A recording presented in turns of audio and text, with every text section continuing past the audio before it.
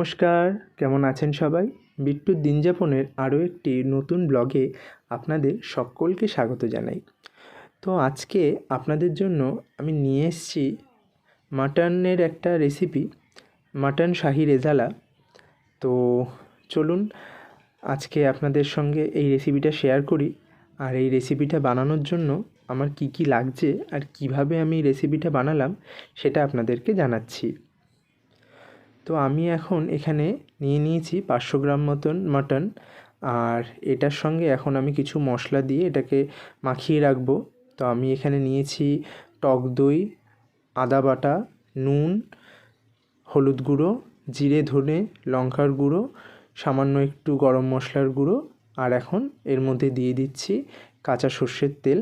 এই সবটাকে দিয়ে আমি এখন মাংসটাকে ভালো করে মাখিয়ে মোটামুটি 1 থেকে 1.5 ঘন্টার জন্য রেখে দেব।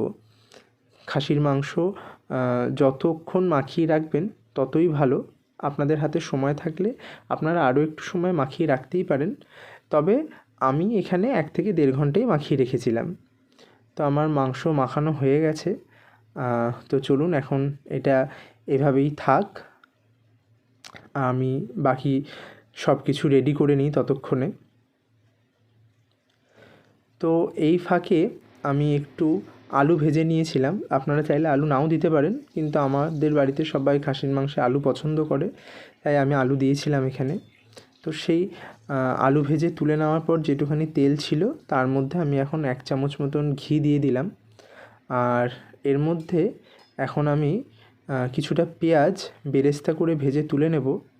তো আপনাদেরকে বলি, আমার এখানে 500 মাংসে আমি মাঝারি সাইজের 5টা পেঁয়াজ নিয়েছিলাম। তো সেখান থেকেই সামান্য কিছু আমি মাংস মাখানোর সময় দিয়েছি, আর সেখান থেকে কিছুটা এখন বেরেস্তা করে নিচ্ছি, আর বাকি পেঁয়াজ পরে আবার কাজে লাগাবো। তো এখন এটাকে ভালো করে ভেজে নেব একটু নিভু নিভু আছে। আর এই যে মশলাটা আমি এখন তৈরি করছি, এটাই মাটন শাহি রেজালার আসল মশলা। এটা অবশ্যই আপনারা বানাবেন। তো আমার পেঁয়াজ এখানে ভাজা হয়ে গেছে। আমি এখন এর মধ্যে দিয়ে দিচ্ছি অল্প একটু কাজু বাদাম, দিয়ে এটাকে এখন আমি তুলে ঠান্ডা করার জন্য রেখে দিলাম। পরে এটাকে আমি মিক্সিতে বেটে নেব। তো এখন ওই তেলের মধ্যে আমি আরও একটু সর্ষের তেল দিয়ে দিচ্ছি পরিমাণ মতন। আপনারা যেমন তেল খান আপনারা সেই মতন তেল দেবেন। তো এদিকে তেল গরম হোক, আমি ততক্ষণ একটা মশলা বানিয়ে নিই। তো এখানে আমি নিয়েছি কাঁচা লঙ্কা, লাল রঙের কাঁচা লঙ্কা, আর নিয়েছি টমেটো। আমি এখানে একটা গোটা টমেটোকে পিস করে নিয়েছি, আর নিয়েছি সামান্য একটু পেঁয়াজ আর পরিমাণ মতন রসুন। আমি এখানে 1.5 খানা রসুন দিয়েছিলাম, একটা গোটা রসুন আর একটা অর্ধেক। তো আমার মাংসের মশলা রেডি করা হয়ে গেছে। তো এটা এখন থাক, চলুন ওদিকে তেলও গরম হয়ে এসছে। তো প্রথমেই আমি এখন এর মধ্যে একটু চিনি ফোড়ন দেব। মাংস রান্নায় বা যে কোনো রান্নায় একটু চিনি ফোড়ন দিলে আর মাংসের বা অন্যান্য রান্নার রঙটা খুব ভালো হয়, সেটা আপনারা তো অনেকেই জানেন নিশ্চয়ই। তো এখন চিনিটা ফোড়ন দেওয়া হয়েছে। এখন যে বাকি পেঁয়াজ কুচিটুকু আমার কাছে আছে আমি এখন সেটা এর মধ্যে দিয়ে নেব।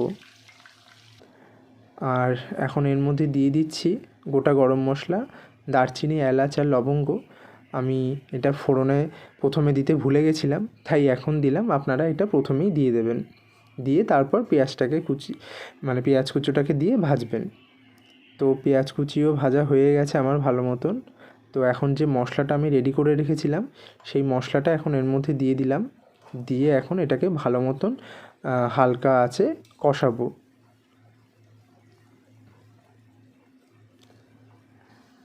তো এখন এর মধ্যে দিয়ে দিচ্ছি আমি পরিমাণ মতন নুন, যে যেরকম নুন পছন্দ করেন সেরকম দেবেন। আর দিয়ে দিলাম এখানে 1 চামচ হলুদ গুঁড়ো। আর রঙের জন্য আমি এখানে দিয়ে দেব কাশ্মীরি লঙ্কার গুঁড়ো। কাশ্মীরি লঙ্কার গুঁড়ো তো শুধু রঙের জন্যই দেওয়া হয়, এতে ঝাল হয় না। তো আপনারা চাইলে এটা দিতেও পারেন, নাও দিতে পারেন। তো আমার রঙটা পছন্দ হয় বলে আমি এটা দিই। তো এখন এটাকে দিয়ে ভালো মতন অল্প অল্প জল দিয়ে কষাবো। আর আপনারা তো জানেন মাংসের মশলা যত কষাবেন ততই ভালো।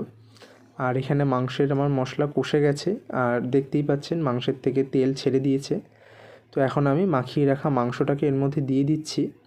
তো এখানে বলে রাখি, আমাদের বাড়িতে যেহেতু কেউ কুকারে মাংস সেদ্ধ করা পছন্দ করে না, তো আমি মাংসটাকে পুরোটাই কড়াইতেই সেদ্ধ করব, যদিও তাতে একটু সময় লাগবে 1 ঘন্টা।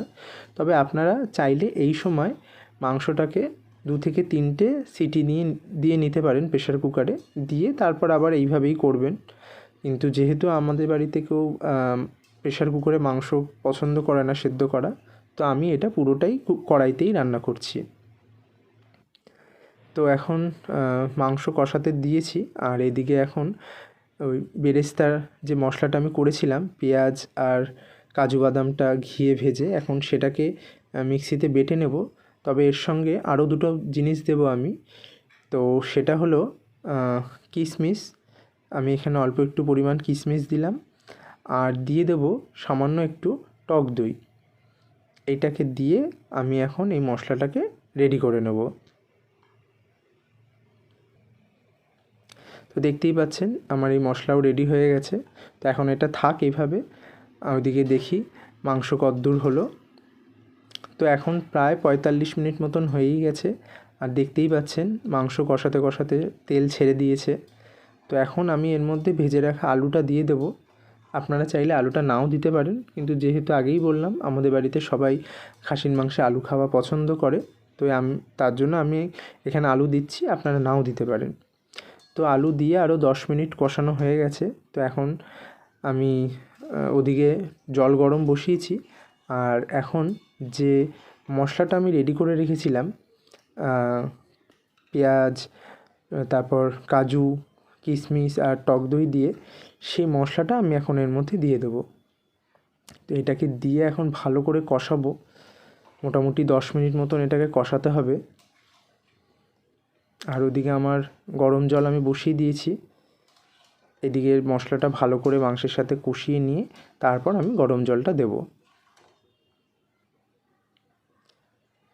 তো আমি এখানে পরিমাণ মতন গরম জল দিয়ে দিচ্ছি।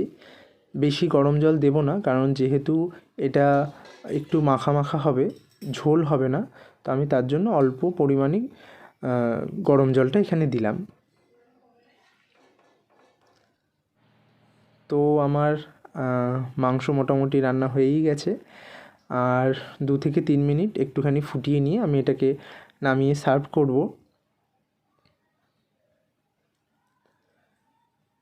তো আমার আজকের মাটন শাহি রেজালার রেসিপি একদম রেডি, আর সাথে আমি করেছিলাম বাসন্তী পোলাও। তো এটার রেসিপি অন্য আরেকদিন আপনাদের সঙ্গে শেয়ার করব। তো আজকের আমার এই মাটন শাহি রেজালা রেসিপিটা আপনাদের সকলের কেমন লাগলো সেটা আমাকে অবশ্যই কমেন্ট করে জানাবেন। আর এই রেসিপিটা আপনারাও বাড়িতে ট্রাই করে আমাকে বলবেন কেমন লাগলো খেতে। তো আমার চ্যানেলটা ভালো লাগলে লাইক ও সাবস্ক্রাইব করবেন।